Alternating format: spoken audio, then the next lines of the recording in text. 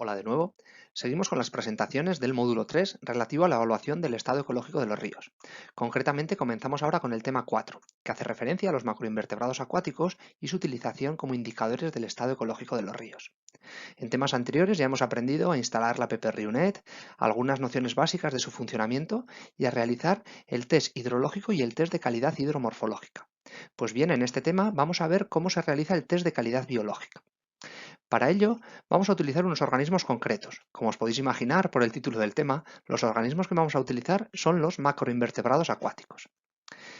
De manera que en este tema lo vamos a dividir en dos presentaciones. En primer lugar, presentaremos algunos aspectos a tener en cuenta de estos macroinvertebrados acuáticos, qué son, por qué son interesantes desde un punto de vista de indicación, y en el segundo tema veremos cómo utilizarlos para desarrollar el test de calidad biológica. Como podéis ver en esta diapositiva, los macroinvertebrados acuáticos son invertebrados retenidos por una malla con un diámetro de poro de 500 micrómetros. Es decir, son invertebrados de pequeño tamaño, pero que tienen un tamaño superior a 0,5 milímetros. Existe gran diversidad de invertebrados, de macroinvertebrados acuáticos, como podéis ver en la imagen. La mayoría de ellos son larvas de insectos, es decir, insectos cuyo estado larvario viven dentro del agua, pero que muchos de ellos en estado adulto van a ser voladores, van a ser insectos terrestres. En cualquier caso, no todos los macroinvertebrados acuáticos son insectos y hay de otros tipos, como los que vemos en la parte inferior, moluscos, sanguijuelas, oligoquetos o de otros muchos tipos. Estos organismos, los macroinvertebrados, tienen una gran importancia trófica, puesto que van a servir de transferencia de materia y energía entre los niveles basales de las pirámides tróficas de los ríos y los niveles superiores. Es decir, ellos se van a alimentar de los organismos autótrofos, de los que hacen la fotosíntesis, de las algas, de las plantas, y a su vez los invertebrados van a servir de alimento para los grandes depredadores de estos ecosistemas, que van a ser pues, los vertebrados fundamentalmente. Diferentes tipos de peces, o los peces como las truchas, por ejemplo, aves como el mirlo acuático, o por ejemplo mamíferos como el desmán ibérico. Son organismos muy estudiados estos macroinvertebrados y además son ampliamente utilizados como bioindicadores. ¿A qué se debe? Pues porque, como hemos dicho, presentan una gran diversidad, pero también requerimientos ecológicos muy diversos. De manera que cada tipo de organismo va a estar adaptado a desarrollar su vida en unas condiciones ecológicas concretas. Y la presencia de un tipo u otro de invertebrado me va a estar dando información sobre cuáles son esas condiciones ecológicas del ecosistema. También presentan una facilidad de muestreo e identificación superior respecto a otros organismos que pueden ser utilizados como indicadores de los ecosistemas fluviales. Presentan o nos dan información integral en cuanto a espacio y tiempo. No nos están dando información como un análisis químico de lo que ocurre en un momento puntual, sino que nos están dando información de lo que ha ocurrido en un periodo de tiempo más amplio, que ha permitido el desarrollo de la vida de estos organismos, y en un espacio más amplio, puesto que van a desarrollar sus ciclos vitales en un espacio más grande. Además, y esto es muy importante, presentan sensibilidad a diferentes perturbaciones. Por supuesto que una de las perturbaciones a las que presentan sensibilidad es la calidad del agua, la contaminación. Por ejemplo, este organismo que vemos aquí en la parte superior, que es un pérlido, familia Perlidae, perteneciente al orden de los plecópteros, son organismos muy exigentes en cuanto a la calidad del agua. O necesitan que haya unas elevadas concentraciones de oxígeno con ausencia de contaminación, si no, no pueden desarrollar su vida.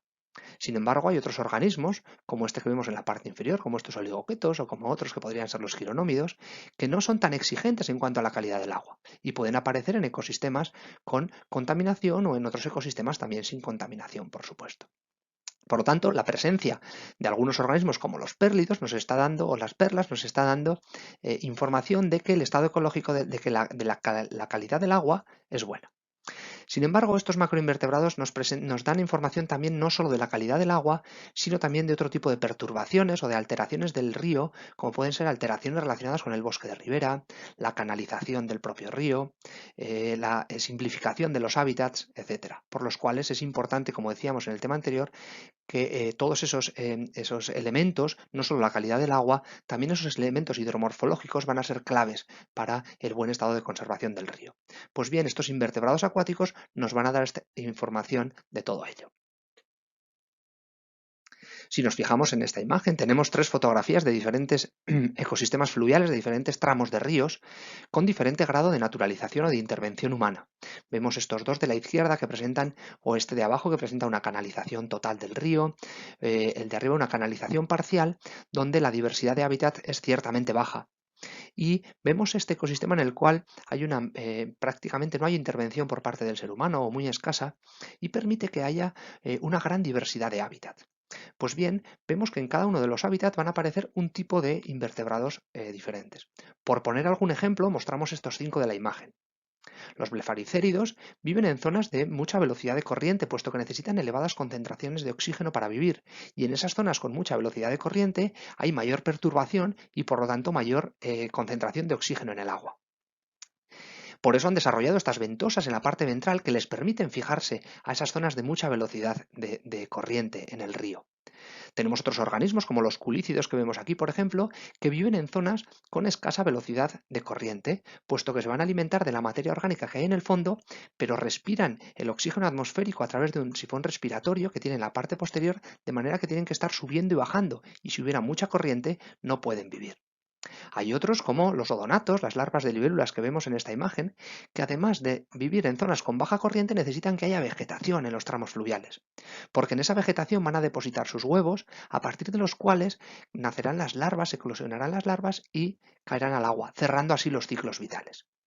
Por su parte, también es importante la presencia de sedimento de diferente tamaño. Por ejemplo, los heptagénidos que vemos en esta imagen están adaptados a vivir en bloques de gran tamaño, en piedras grandes. Tienen una forma del cuerpo muy aplanada, son hidrodinámicos, como un coche de Fórmula 1 es muy aerodinámico, pues estos son muy hidrodinámicos y ofrecen, al ser muy aplanados, ofrecen muy poca resistencia frente a la velocidad de la corriente. Mientras que estos organismos de aquí, diferentes tipos de tricópteros, como la familia Sericostomatidae que vemos que hacen unos estuches dentro de los cuales viven, les sirven como protección frente a depredadores y también para reducir su susceptibilidad de ser arrastrados por la corriente de agua. Fabrican sus estuches con sedimento muy fino, con granitos de arena, de manera que necesitan que haya también ese tipo de sedimento en el tramo fluvial.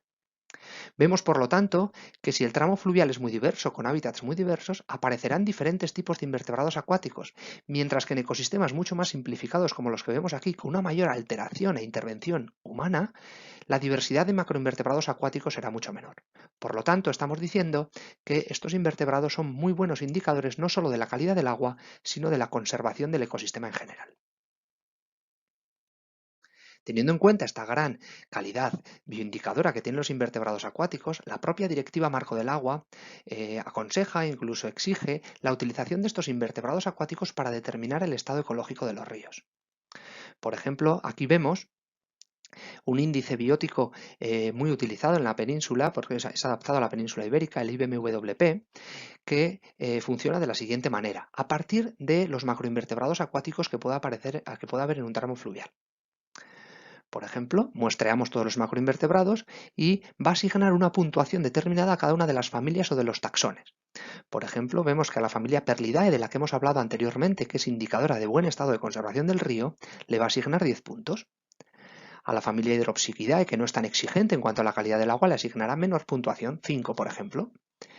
Y a otros organismos mucho menos exigentes en cuanto a la calidad del agua, que pueden vivir en cualquier ecosistema, les asigna mucha menos puntuación. Por ejemplo, a la familia Chironomidae le asigna 2 puntos. De esta manera, finalmente, a partir de los diferentes taxones que determinemos en un tramo fluvial, vamos a tener una puntuación. Y esto va a estar asociado con un estado ecológico concreto. Cuanto mayor puntuación, mejor será el estado ecológico del río.